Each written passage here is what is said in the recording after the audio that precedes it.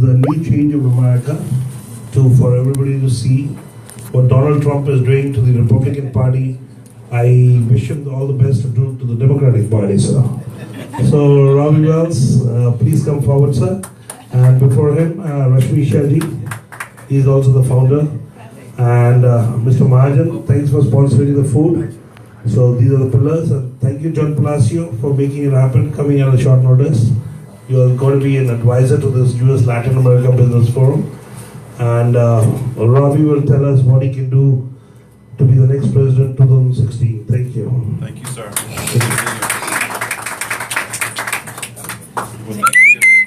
Thank you very much. It's truly an honor to be here this evening.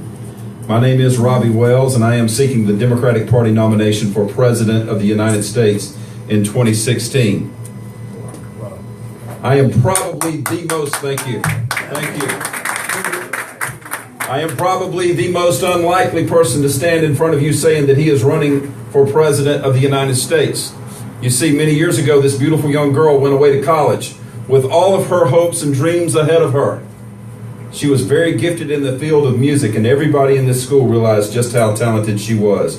But like most young girls, she ended up falling in love. The man she fell in love with was older, married, and he had a family.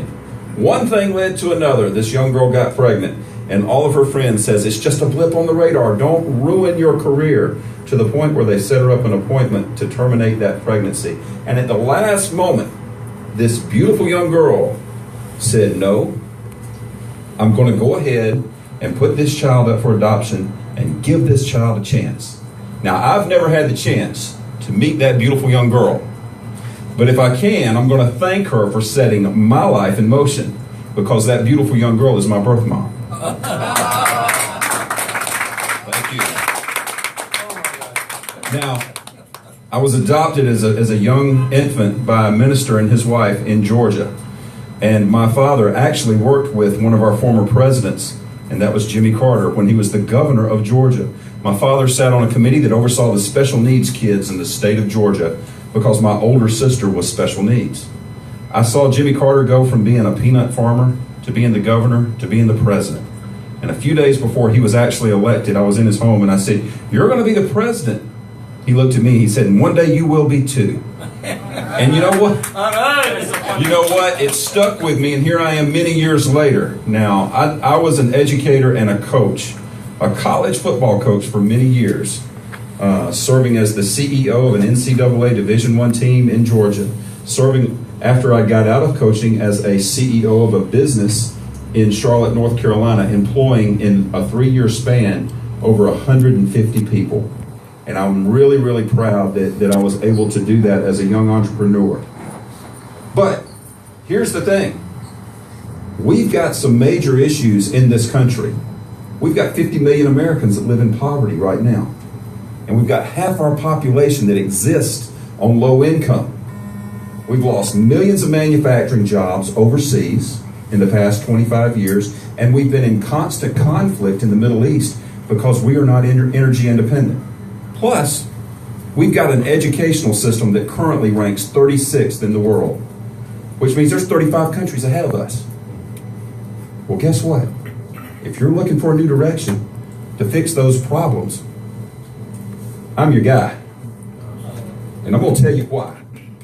We've got a plan. It's called Eaglenomics, and it takes the absolute best from the left wing and the absolute best from the right wing. It gets our country working together again. This is a plan with a structured solution to return millions of manufacturing jobs to the United States, to put hardworking, good Americans back to work.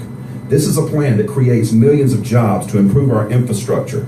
This is a plan that creates millions of jobs so that our country can achieve sustainable energy independence.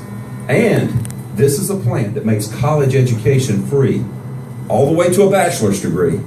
And it eliminates the $1.2 trillion in student loan debt that is out there right now. My name's Robby Wells. I am running for President of the United States. We do have some major problems in this country, but this is the land of opportunity, and we must remain the land of opportunity for everyone that sees us as the beacon and the light for liberty. People that want to come from all corners of this globe. And that's what you're going to get with me as your president, someone that is going to welcome everyone into the family called America.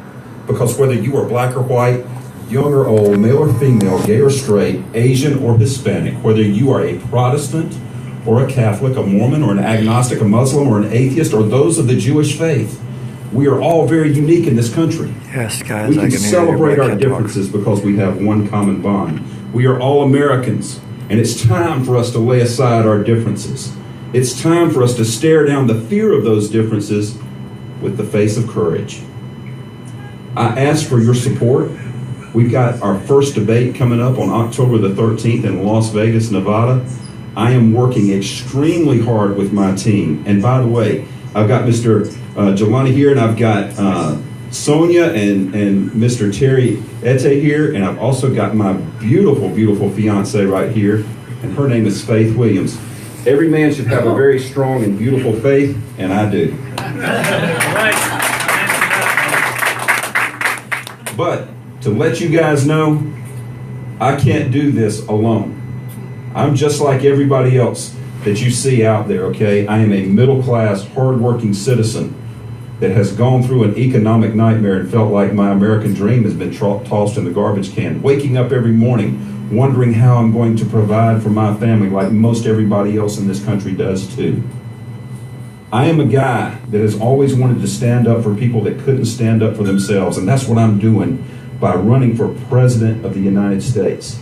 If you guys can help us raise the funds, and it's going to take a lot, but if you can help us raise the funds so that I can get in that debate on October the 13th in Las Vegas, Nevada, I can promise you this right now: I will not let you down. I will fight for you. I am a fighter. I am a competitor, and I will do that the entire time that I am in Washington, D.C., because when I go to Washington, I am not concerned with keeping my job and playing politics. I'm concerned with doing my job and making sure that Americans have jobs so that we can bring prosperity back to this land, so that everyone can chase that American dream once again.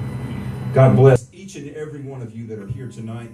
May God bless our military and our veterans. God bless these United States. Thank you very much. Thank you.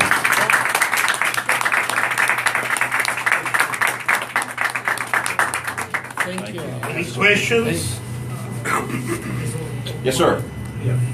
Have you held any other post, or what do you think you experience? What kind of experience makes you qualify for this? Very good question. Yeah. Okay?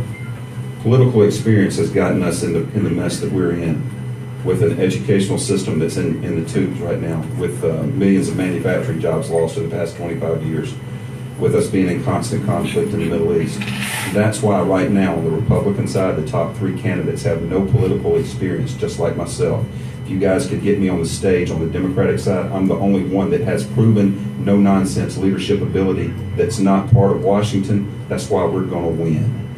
And what is going to take to get you on the...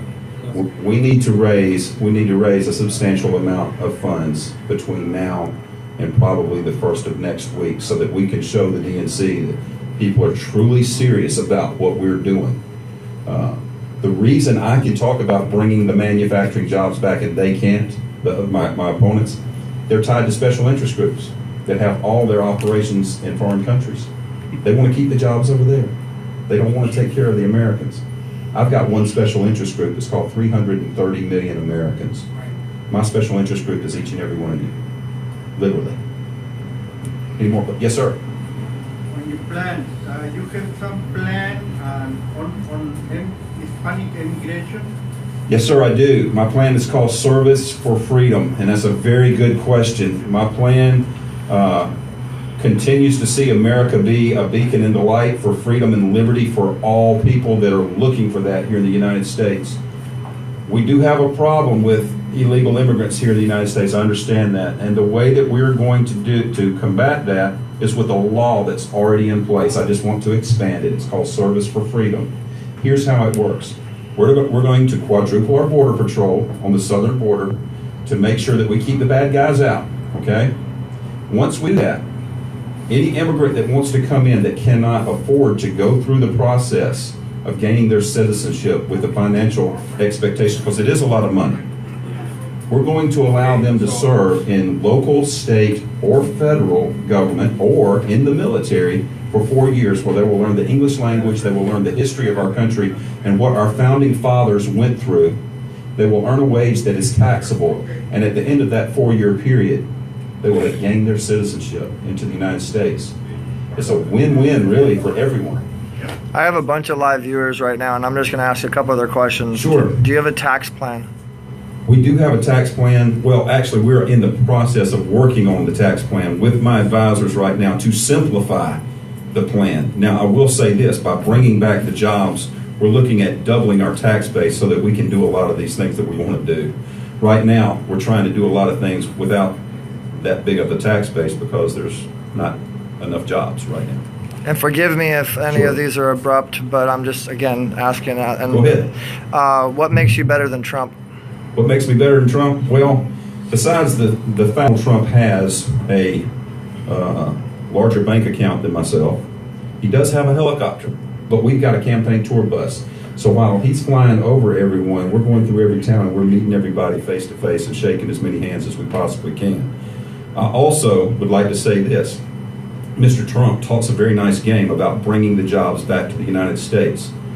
His plan is not structured solution. Plus, Mr. Trump actually has his clothing line made in China and he sells it back to us so he can make a huge profit. Where I come from in the South, we call that talking out of both sides of your mouth.